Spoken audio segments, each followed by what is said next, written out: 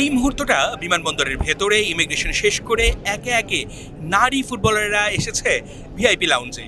আর VIP লাউঞ্জে তাদেরকে বরণ করে নেওয়া হয়েছে হাসি মুখে। দেশের জন্য গৌরব অর্জন ছিনিয়ে এনেছে এই নারী ফুটবলাররা। তাদের প্রতিবারের মুহূর্তগুলো কিন্তু একই রকম। সেই 2015 সাল থেকে যদি শুরু করা হয়, এএফসি এশিয়ান কাপ বাছাই পর্ব, বয়সভিত্তিক খেলা, সাফ, সবসময়ই বিমানবন্দরের ভেতরে এরকম একটা আয়োজন থাকে যেখানে ফুটবল ফেডারেশনের কার্যনির্বাহী কমিটির সদস্য এবং বাফুফের ভাইস প্রেসিডেন্ট থেকে শুরু করে একাধিক ব্যক্তিরা উপস্থিত থাকেন। এই মাঝরাতেও নারী ফুটবলারদের বরণ করে নিতে তারা বিমানবন্দরে উপস্থিত ছিলেন এবং সেখানে তাদের যে ভ্রমণ ক্লান্তি কিছুটা হলেও তাদের মধ্যে দেখা গেছে।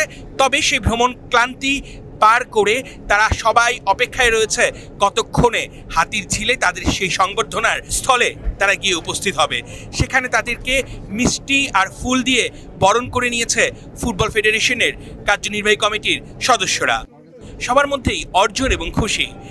এশিয়ান কাপ বাছাই পর্বে মিয়ানমারে তারা 3টা জয় তুলে নিয়েছে। 3 ম্যাচে মোট গোল করেছে 16টা।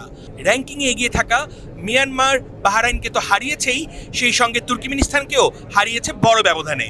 নারী ফুটবলারদের এখন লক্ষ্য বিশ্বকাপে জায়গা করে নেওয়া। অর্ণব বাপি, একাত্তর।